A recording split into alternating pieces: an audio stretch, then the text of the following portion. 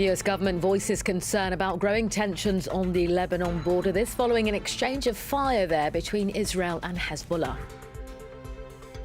Yet more violence in Yemen on Sunday as the International Red Cross says more than 100 people are killed in a Saudi-led airstrike on a detention centre in the city of Dhamma.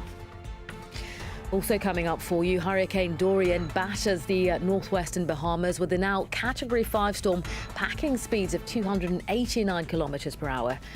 The US National Hurricane Centre describing the situation as life-threatening. Hello and welcome. You're tuned in to France 24. I'm Rochelle Ferguson-Biahi with the headlines for you this hour. First for you, the US government has voiced concern about growing tensions on the Israeli-Lebanese border. This following an exchange of fire there on Sunday. Well, the Lebanese Shia militant group fired anti-tank rockets into northern Israel in response to a reported Israeli drone attack last week. Israel has said it responded by firing artillery shells toward targets in southern Lebanon. The sudden burst of violence then raising the prospect of more fighting. Yuka Roya has details in this report. The cross-border hostilities are over, but Israel is keen to show it remains on alert. The military released footage of its situation room as the country's president sent a stern warning.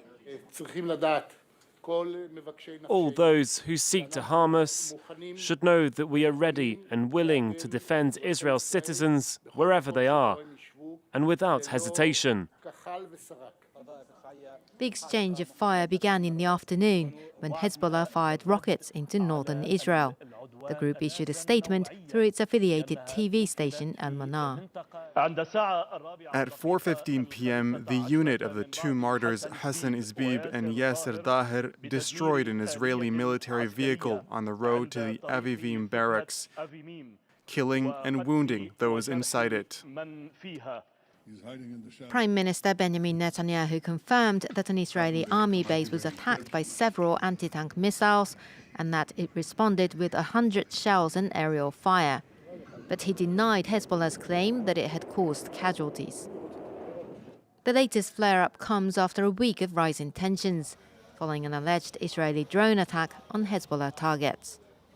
On Saturday, the militant's leader Hassan Nasrallah issued a threat, saying all options were open.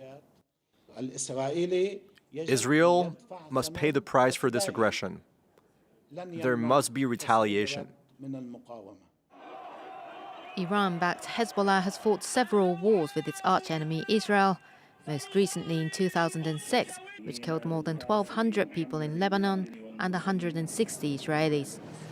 The United Nations peacekeeping force in southern Lebanon has called on both sides to exercise restraint. Well, earlier I spoke to France 24's Sami Sokol to ask how the tensions along the Lebanon border are playing into the political atmosphere. This, of course, ahead of elections in Israel on September the 17th. Critics here are saying that all this campaign, this security-led campaign by Netanyahu vis-a-vis Hezbollah is something that is playing very positively for him in this campaign. He doesn't want to highlight the corruption affairs that are looming over him, and he likes to he's also the Minister of Defense, so any kind of interaction is good for him. And what we heard today, or what we saw today, is a tweet by a very leading Israeli politician. His name is Yair Lapid. He's in the opposition Kachol Lavan faction, and I can tell you what he wrote here. He says the children in the north are in the bomb shelters because Bibi chose to violate the successful ambiguity policy because of the elections. This is what happens when the prime minister does politics at the expense of security. You can imagine that this has brought a lot of anger among the Likud, and they're accusing Yair Lapid of joining forces with the Arab parties who have traditional positions against these kinds of escalations. So we will see how this will play out on September 17th. Well, still in the region, there was more violence in Yemen on Sunday, where the International Red Cross says more than 100 people were killed in a Saudi-led airstrike in the city of Dhamma. Well, the coalition says it targeted a facility run by Houthi rebels that stores both drones and missiles. Houthi officials and residents, though, refuting that claim, saying the airstrike, in fact, targeted a detention centre. France 24's Yenna Lee has details. Doctors tend to survivors of deadly airstrikes in the rebel-held city of Dhamma. The Saudi-led coalition hit a college that they describe as a storage site for drones and missiles. Survivors, though, say the building was being used as a detention centre. We were sleeping, and at around midnight there were maybe 3 or 4, maybe 6 strikes. They were targeting the jail. I really don't know how many bombs. There were 100 of us on the ground floor and 150 on the first floor. The International Committee of the Red Cross confirmed the building was used to lock up suspects and sent emergency aid to Dhamma this Sunday. An ICRC team carrying both urgent medical supplies that can treat up to 100 critically wounded persons and 200 body bags to be donated is on its way to Dhamar province, following airstrikes which are reported to have killed or wounded dozens of detainees. Rescue teams, meanwhile, continue to pull bodies out from the debris. Unfortunately, since the strikes started, the Saudi-led coalition had warned people on all its media websites to not get close to the location. The coalition announced that this was a strike on an arms inventory. But this building was full of its own sons and mercenaries. Reports suggest some of the prisoners may have been political detainees and captured fighters from the pro-government side of the conflict, though it wouldn't rule out coalition suggestions that the building also stored weapons.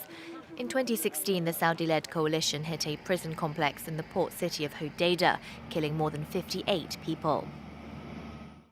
In other world news, Hurricane Dorian is battering the northwestern Bahamas with a now Category 5 storm, packing speeds of 289 kilometres per hour. Well, with the US Hurricane Center describing the situation as life-threatening, residents continue to evacuate from Dorian's predicted path. Hundreds of others have already sought refuge in shelters, schools and churches. Well, this as the storm rips off roofs, tears down power lines as well. Well, meanwhile, millions in Florida are keeping a very close eye on Dorian amid indications that after the Bahamas, the storm is likely to veer very sharply northeastward. France 24's Catherine Bennett reports. Hurricane Dorian made landfall on Sunday, slamming the Bahamas with catastrophic force. It's already breaking records. With winds up to 185 miles per hour, it's the strongest storm in modern records to hit the island nation. But despite warnings, some residents are staying put, determined to ride out the storm. Winds are howling like we've never, ever experienced before. I'm at my house here in central Abaco. We believe that it's structurally sound, but that remains to be seen. I'm holding on with my family here. Experts are finding it hard to predict Dorian's course. The storm will continue moving up the eastern seaboard, but US residents are waiting to see whether the storm veers into the Atlantic Ocean or if it hits the United States. Even if it just glances off the coast, it could still bring dangerous winds and torrential rain. It seems to be one of the biggest hurricanes we've ever seen, and that's a problem. That's a problem. We don't know where it's going to hit, but we have an idea. The original course was dead into Florida. Now it seems to be going up toward South Carolina, toward North Carolina. Georgia's going to be hit. Alabama's going to get a piece of it, it looks like.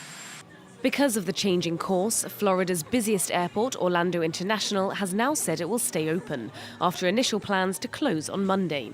But all along Florida's coast, authorities are ordering the evacuation of low-lying areas prone to flooding, and they are urging residents not to stay behind. It's important for people to understand if you're in an evacuation zone and you're given an order to evacuate, please heed that call. Do not put your life in jeopardy by staying behind when you have a chance to get out.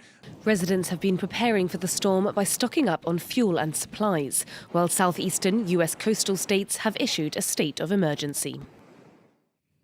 Still in the US, the death toll from a mass shooting in western Texas has risen to 7.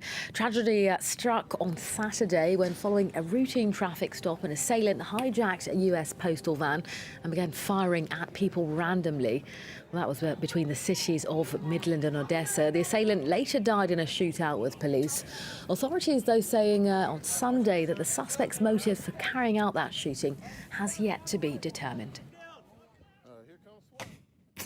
Preliminary results appear to show that 2 state elections in eastern Germany have dealt yet another blow to Chancellor Angela Merkel's alliance, with the far right making some strong gains.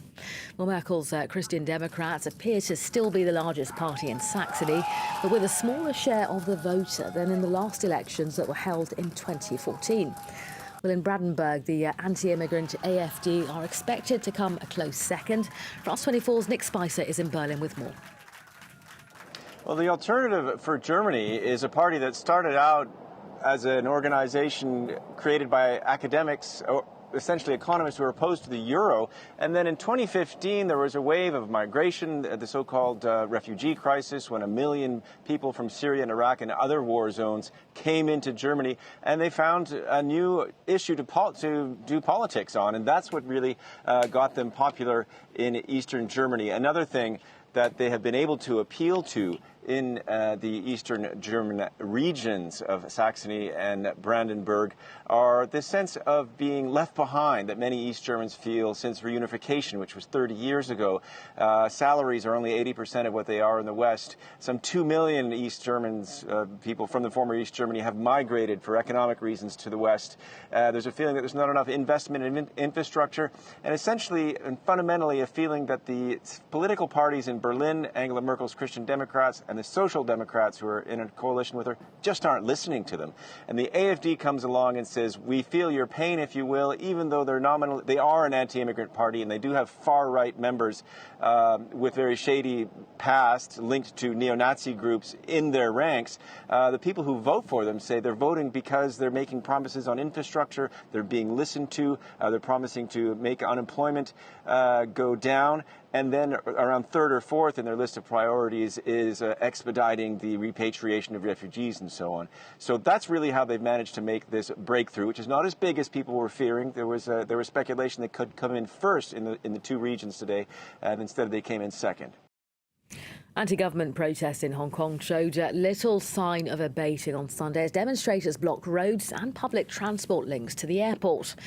Riot police moved in as protesters vandalised a subway station, smashing CCTV cameras with metal poles.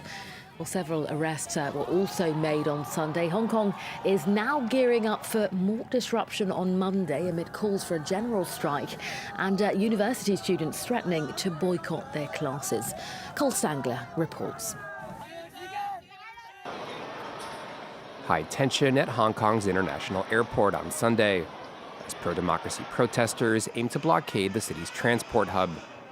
While planes were still taking off and landing, road access remained limited, and officials shut down a critical train line connecting the airport to the city. Is it dangerous? Everyone who's out here today is prepared to be arrested, but dangerous isn't an excuse. We shouldn't ignore what's happening because we think it's dangerous and let Hong Kong fall. Demonstrators were hoping to replicate the success of earlier this month, when sit-ins forced the cancellation of nearly 1,000 flights over a 4-day span. Meanwhile, another rally took place outside the British consulate, where demonstrators called on more support from the United Kingdom. Kicked off in response to a now-suspended bill, the protests have grown into a larger movement for democracy in Hong Kong. The territory was handed over to China from the UK in 1997, but maintained some level of autonomy from the mainland. I'm basically here personally for one country, two systems, and that's something that I was born into, and that's something that I grew up with, and these are values that I'm trying to protect. Sunday's protests came less than 24 hours after another wave of mass demonstrations in Hong Kong, which by nightfall had descended into clashes with police. It marks the 13th straight weekend of protest. You're very much up to date. We'll have more international headlines for you here on France 24 in 15 minutes' time. Join us then.